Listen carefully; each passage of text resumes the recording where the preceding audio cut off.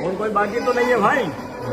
सब आ गए पंडित जी। बोलो ओंकारेश्वर भगवान की जय। जी ज्योतिर्लिंग के दर्शन के लिए आप लोग पधारे हैं।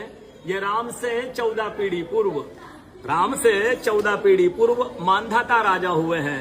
शिव पुराण में उल्लेख है, जिन्होंने मां से ने पिता से जन्म लिया था, उनकी तपस्या से ये शिवलिंग प्रकट हुए, स्थापित लिंग नहीं है।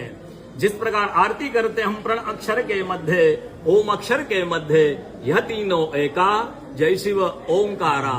एक शिवलिंग में ब्रह्मा विष्णु महेश निराकार धरती से प्रकट हुए हैं। इसलिए अखंड दीप जो जल रहा प्राचीन समय से, एक ही दीपक में 3 बातियां लगातार जल रही है, ब्रह्मा विष्णु महेश की।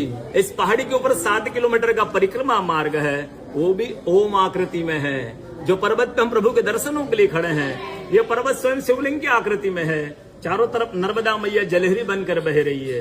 पूरे 12 ज्योतिर्लिंग में शयन आरती होती है, लेकिन बाबा का विश्राम ओंकारेश्वर ज्योतिर्लिंग में है, तो उनके शयन के लिए झूला पलना चौपड़ पास से बिछाए जाते हैं। बाबा यहाँ विश्राम करके 3 बजे रात उठ करके महाकालेश्वर जाएंगे, वहां स्नान करेंगे। इसलिए वहां का भस्म आरती प्रसिद्ध है, यहाँ का शयन आरती प्रसिद्ध है। शिव पुराण में भी कथा आती है, महिलाएं 16 सोमवार व्रत करती है, उसमें भी कथा आती है। क्या कथा आती है?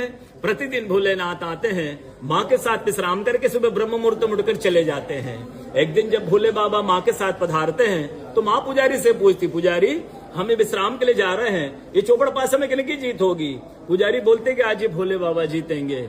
ऐसा बोलकर पुजारी घर चले जाते हैं। भोले बाबा माँ विश्राम के लिए चले जाते हैं। सुबह ब्रह्म मुहूर्त में जैसे ही भोले बाबा माँ बाहर निकलते हैं, पुजारी द्वार पर रहते हैं। तो माँ पुजारी से पूछती, पुजारी कल मैंने आपसे पूछा था, हमें विश्राम के लिए जा रहे, चौपड़ पास में किन की जीत होगी? आपने कहा भोले बाबा जीतेंगे। भोले बाबा नहीं, मैं जीती हूँ। माँ ऐसा बोल करके उनको श्राप दे के चली जाती है। उनके तुरंत पश्चात अप्सराएं शिवलिंग पे जल चढ़ाने आती, तो अप्सराएं पुजारी से पूछती, पुजारी अस्वस्थ क्यों हो गए, आप तो ठीक थे। फिर पुजारी बताते हैं, प्रतिदिन भोले बाबा माँ के साथ विश्राम करके चले जाते थे। कल भोले बाबा माँ के साथ पधारे, माँ ने मुझसे पूछ लिया, पुजारी हम विश्राम के लिए जा रहे, चौपड़ पास में किनकी जीत होगी? मैंने कहा भोले बाबा जीतेंगे। भोले बाबा नहीं, माँ जीत गई, माँ मुझे श्राप दे